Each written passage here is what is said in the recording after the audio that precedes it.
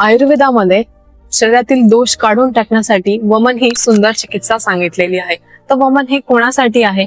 ज्यांना मोस्टली कफाचे आजार असतात, मेदाचे आजार असतात, त्यामध्ये वमन चिकित्सा केली जाते.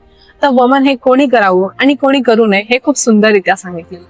वमन हे ज्यांना त्वचेचे आजार असतात, ज्यांना मेदाचे आजार असतात, ज्यांना कोलेस्ट्रॉल वाढलेलं असतं, अशा पेशंट्स मध्ये वमन हे सांगितलंय. तसंच स्त्रियांमध्ये आता सध्या पीसीओडीचं प्रमाण हे वाढत चाललेलं आहे. त्यामध्ये वमन चिकित्सा ही खूप सुंदररित्या कार्य करते.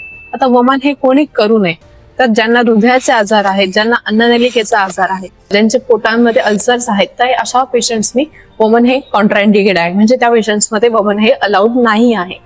तर वमनामध्ये काय केलं जातं तर एक आयुर्वेदानुसारचा सुंदर वनस्पती आहे, तीक्ष्ण उष्ण गुणात्मक कार्य करतात. तर त्या सूक्ष्म स्रोतसांपर्यंत जाऊन शरीरातले सर्व दोष हे बाहेर काढले जातात.